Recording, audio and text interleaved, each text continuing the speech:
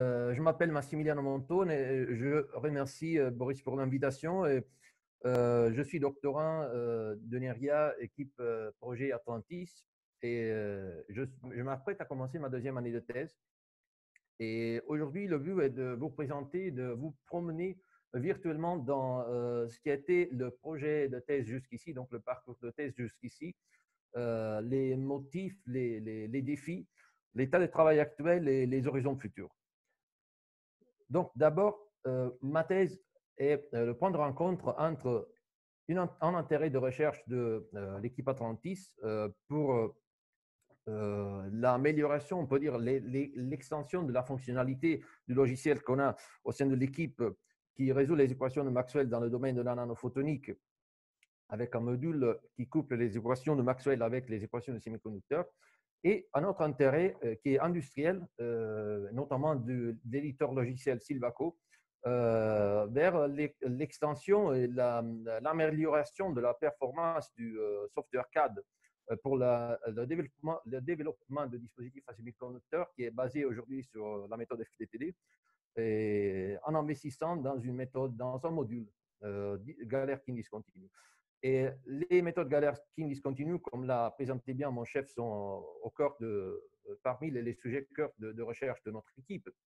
Et donc, voilà le point de rencontre entre deux envies, je dirais, de recherche. Alors, le long du cours de la présentation, je vais détailler des mots-clés que vous lisez dans le titre. Donc, full wave, Galerkin discontinue et interaction lumière semi-conducteur. D'abord, pourquoi un modèle full wave? Il y a une comparaison entre le modèle full wave et l'approximation quasi-statique pour modéliser l'interaction entre un dispositif à semi-conducteur, par exemple, et le champ électromagnétique. Et l'approximation quasi-statique vient de l'hypothèse que la taille du dispositif simulé soit petite par rapport à la longueur d'onde du champ électromagnétique. Et ça permet de négliger la variation temporelle du champ magnétique et donc d'atteindre une formulation dans laquelle le champ électrique, même si variable dans le temps, est irrotationnel et donc dérivable à partir d'un potentiel. Et en faisant comme ça, on atteint un couplage entre les équations du semi-conducteur et l'équation de Poisson pour ce potentiel. Mais il y a des scénarios, surtout en nanophotonique, en optique, je dirais, où c'est préférable, voire impératif, de considérer un modèle full wave, c'est-à-dire l'approximation quasi-statique n'est pas assez rigoureuse. Et donc, il faut coupler les équations des semi-conducteurs avec les équations de Maxwell dans leur forme la plus générale, ce qu'on dit justement la forme full wave. Une application qui, par exemple, a été proposée, je pense à la toute première application qui a été proposée dans la littérature des méthodes numériques, c'est et notamment dans les méthodes différence finie, c'est les antennes photoconductives que je illustre ici à gauche dans la planche. Mais il y a aussi d'autres applications qui n'ont pas encore été explorées dans la littérature des méthodes numériques et donc qui sont intéressantes pour ma recherche, et notamment les capteurs de pixelatifs comme celui que je montre à droite, mais aussi les cellules solaires ou les micro-LED. Alors, pourquoi une méthode Galerkin discontinue? D'abord, la comparaison, comme je l'ai dit, se fait avec les différences finies qui sont la méthode la plus utilisée dans la simulation temporelle de dispositifs à semi-conducteurs. Et le potentiel de différence finie est bien connu. C'est une méthode simple et efficace d'un point de vue computationnel si les géométries sont simples. C'est-à-dire ces deux avantages de la méthode sont liés à des contraintes sur la géométrie, des contraintes importantes. Et en fait, lors de passer à des objets plus complexes d'un point de vue géométrique ou des milieux discontinus, ou voire des maillages non structurés, l'implémentation et les avantages des différences finies deviennent moins attractifs. En revanche, les méthodes Galerkin discontinues offrent la possibilité, on peut dire que sont bien à l'aise avec des géométries complexes, et il y a aussi la possibilité par ailleurs d'éléments curvilinéaires. Il y a la possibilité de raffiner localement le maillage comme dans une méthode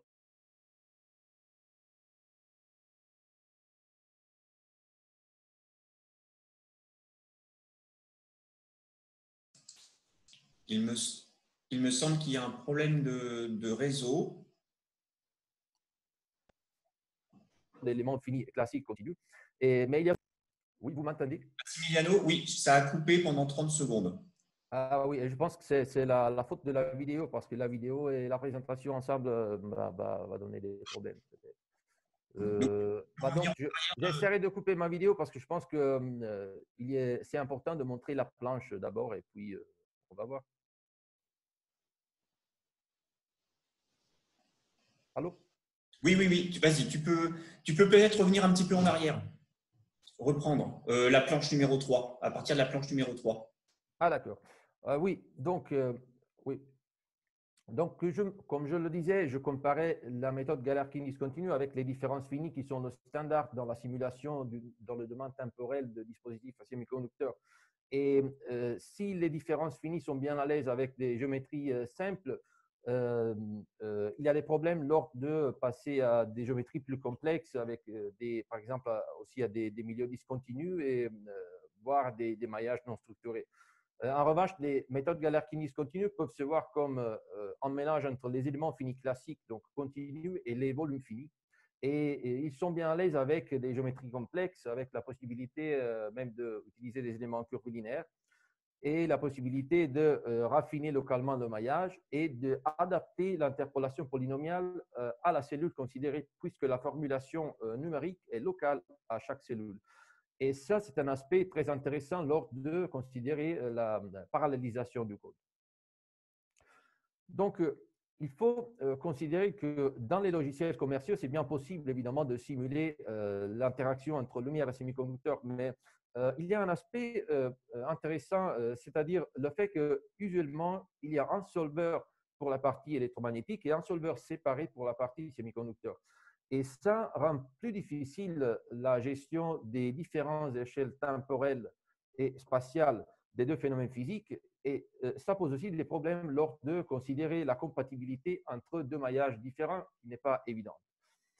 Et donc, voilà qu'une formulation unifiée Galerkin discontinue avec une mèche tétraédrique et l'adaptabilité entre raffinement local et interpolation polynomiale devient plutôt attractive. Et en fait, pas seulement Silvaco, mais aussi d'autres éditeurs logiciels célèbres ont décidé d'investir dans la méthode des GTD pour la nanophotonique, par exemple Lumerical. Donc, on a parlé de full wave, on a parlé de méthode numérique, et il faut clarifier la méthode, pardon, le modèle pour le semi-conducteur. Donc, le modèle général est celui de l'équation de Boltzmann est dérivé de la mécanique quantique appliquée aux électrons dans un solide, donc dans un réseau cristallin. C'est un modèle complexe et typiquement résolu, simulé par la méthode Monte Carlo, ce qui est computationnellement très coûteux. En revanche, en appliquant la méthode des moments à cette équation-là, on peut définir des modèles hydrodynamiques. Et par exemple, avec les moments d'ordre zéro, on arrive à définir le modèle dérive-diffusion, qui est le plus simple et aussi le plus célèbre, je dirais, des modèles hydrodynamiques. Ce modèle amène à la définition d'une concentration volumique d'électrons et trous, donc les porteurs de charge dans le solide, dans le semi-conducteur. Et ces concentrations sont gouvernées par des équations non linéaires de advection, diffusion, réaction. Et on voit à droite ces deux équations, ce sont les équations de continuité de la charge, on les appelle.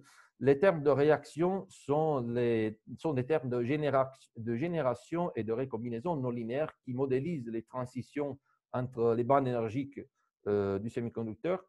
Et les termes advection et diffusion sont justement les courants de dérive et diffusion qui donnent le nom au modèle, drift diffusion en anglais.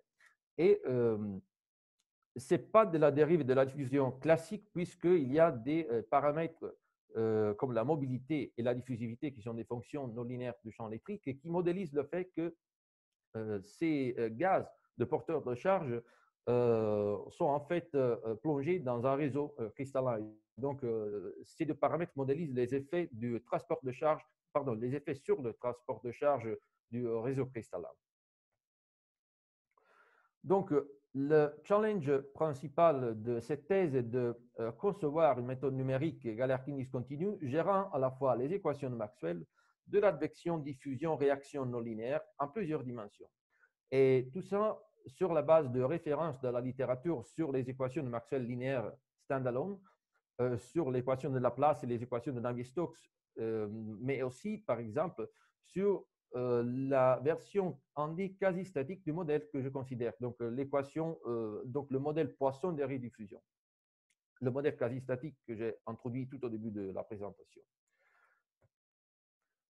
Et la tâche la plus délicate je dirais à gérer est la définition de ce qu'on appelle le flux numérique. Donc, je vais détailler brièvement de quoi il s'agit. Donc, en premier lieu, je vous montre la formulation Maxwell des rediffusions dans son entièreté. Et là, vous voyez deux variables auxiliaires que j'ai introduites qui conviennent simplement pour la formulation numérique, mais je ne vais pas rentrer dans ce détail. Le point fondamental est que cette formulation numérique, enfin la formulation numérique du système ci-montré est écrite localement à une cellule du maillage.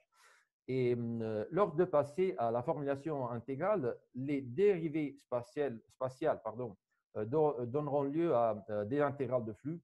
Et puisque la caractéristique principale d'une méthode Galerkin discontinue est que l'approximation numérique de la solution est discontinue sur les faces intérieures du maillage, ces intégrales de flux seront à bien définir.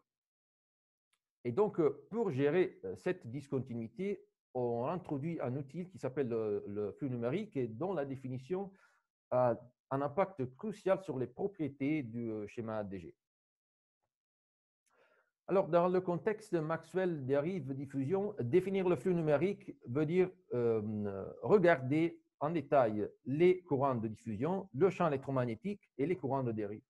Pour ce qui concerne la diffusion, il y a en fait trois choix de flux numérique dans la littérature. C'est plutôt, il y a une certaine uniformité dans la littérature, quoi que ce soit le contexte physique. Et tous ces choix sont facilement réadaptables au contexte Maxwell semi-conducteur. Et donc, par exemple, je pourrais suivre les références sur Navier-Stokes, comme je les cite là dans la slide.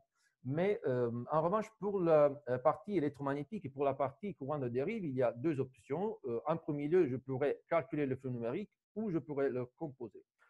Alors, pourquoi je dis calculer le flux numérique? Parce que si j'oublie pour un instant que dans ce système, il y a de la diffusion, donc c'est-à-dire, j'imagine de considérer un modèle Maxwell dérive en lieu de Maxwell dérive diffusion, je peux réécrire mon système comme une loi de conservation non linéaire. Et donc, l'idée, c'est de reprendre un processus une procédure qui est classique dans les volumes finis, et donc résoudre un problème de Riemann le long de la normale à la face intérieure du maillage considéré. La solution de ce problème de Riemann sera le soi-disant flux upwind, et ce flux upwind sera retenu lors de retourner à la version originale du système où il y a bien la diffusion. Cette approche est élégante et attractive, est très intéressant et très bien établi pour les équations de Maxwell standalone linéaires, ce qui donne notamment le flux upwind pour le champ électromagnétique. En revanche, là, j'ai un problème de Riemann non linéaire qui peut être très délicat à résoudre et les techniques de linéarisation classiques, par exemple pour la dynamique des gaz, ne semblent pas applicables au contexte de Maxwell semi-conducteur. Donc, la deuxième approche, composer le flux numérique, devient plus intéressant parce que l'idée de base est de retenir ce qui est déjà en place pour le flux Maxwell, donc de retenir le résultat du calcul du flux numérique pour les équations de Maxwell, qui est fait par un problème de Riemann, etc. Mais d'utiliser pour les courants de dérive, de se référer, je dirais, aux références sur les schémas DGTD pour l'électrostatique dans les semi-conducteurs en une dimension. Donc, c'est-à-dire les références sur la version en D et quasi statique du modèle Maxwell des rediffusions que je considère. Mais ces références, à leur tour, reprennent les flux, je dirais, classiques pour les lois de conservation en D, par exemple le flux de l'axe Friedrichs. Et donc, la tâche principale de la thèse devient, enfin, la tâche principale dans le cadre de la définition du flux numérique devient de réadapter les flux numériques qui sont conçus pour des lois de conservation en D à notre contexte Maxwell-Dérive-diffusion multidimensionnelle. C'est une tâche qui n'est pas évidente, mais qui est beaucoup moins compliquée que la résolution d'un problème de Riemann non linéaire. Et par ailleurs, il y a aussi un avantage au niveau de la compatibilité avec le solver qu'on a au sein de notre équipe, parce que ce solver résout les équations de Maxwell dans la nanophotonique et implémente le flux upwind pour le champ électromagnétique. Et donc, cette solution me permettrait de garder une partie du code qui est déjà en place. Donc, j'ai présenté les motifs et le défi principal de la thèse. Je vais conclure en vous présentant l'état de travail et les horizons futurs. Et pour ce qui concerne l'état de travail, d'abord, après une analyse des solvers de Riemann classiques et de la littérature sur les méthodes des GTD, on a opté pour la solution numéro 2, c'est-à-dire composer le flux numérique. Et donc, retenir le flux upwind pour les équations de Maxwell, réadapter par exemple le flux Lax-Friedrichs pour traiter les termes de courant de dérive, et ce que l'on appelle les flux alternés pour la diffusion.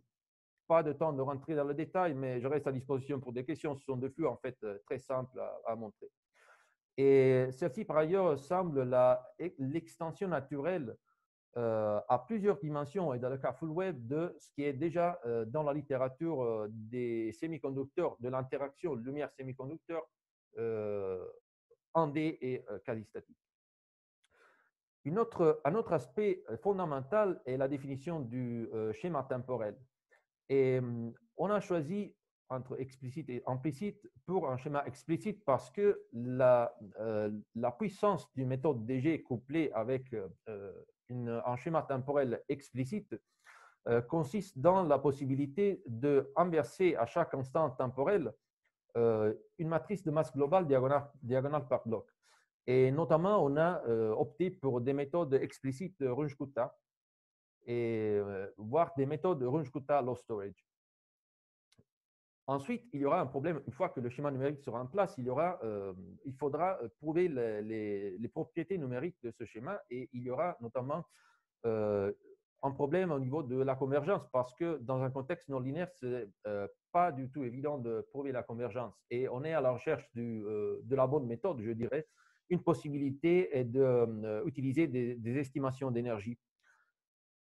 Le problème final sera évidemment l'implémentation du code. Et puisque, en vue de la complexité du modèle considéré, on a choisi de commencer par un modèle 2D. Et ça a été possible grâce à la disponibilité d'un autre solver au sein de l'équipe pour les équations de Maxwell 2D. Et dans ces jours-ci, je suis justement en train de coder la partie dérive-diffusion dans ce solver-là. Et donc, finalement, les étapes futures, il y a une difficulté envisageable pour ce qui concerne la validation du code parce que ce système n'a pas de solution analytique. Et donc, il n'y a pas de cas-test très simple pour la validation du code. Il faudra d'abord chercher des solutions manufacturées, même si pas totalement acceptables d'un point de vue physique, mais juste pour une première validation du code. Ensuite, l'idée est de comparer les résultats du code 2D avec un code commercial, par exemple Atlas de Silvaco, et donc de trouver des cas-tests dans le code commercial et de les simuler dans notre propre code. Et une fois que les résultats seront consistants, de comparer la performance entre le solver FDTD de Silvaco et notre solver DGTD. Il y aura ensuite un problème à réfléchir sur la gestion des différentes échelles spatiales et temporelles du phénomène électromagnétique et de ce qu'il y a dans le semi-conducteur. Et l'idée pourrait être, par exemple, d'utiliser des différents degrés d'interpolation entre le champ électromagnétique et la concentration des électrons et des trous, et la même chose pour le pas de temps. Et ensuite, l'idée du solver 2D est que ce soit une étape intermédiaire préparatoire pour l'implémentation d'un autre solver d'équipe en 3 dimensions. Et une fois que le solver 3D sera en place, évidemment, les applications auront un rôle clé. Et il y a des applications que nous avons sélectionnées jusqu'ici, les antennes photoconductives, les cellules solaires, les capteurs de pixels actifs et les micro-LED. Mais on a envie d'étendre cet ensemble. Et donc, d'un côté, il y aura certainement des suggestions de la part de notre partenaire Silvaco, donc des suggestions qui viendront du marché. Et de l'autre côté, il y a de notre part l'ouverture à collaborer avec des groupes académiques, des groupes de recherche académiques, donc par exemple les laboratoires de physique et de nanostructure. Et donc, cela dit, je vous remercie beaucoup pour votre attention et je reste à disposition pour toute question.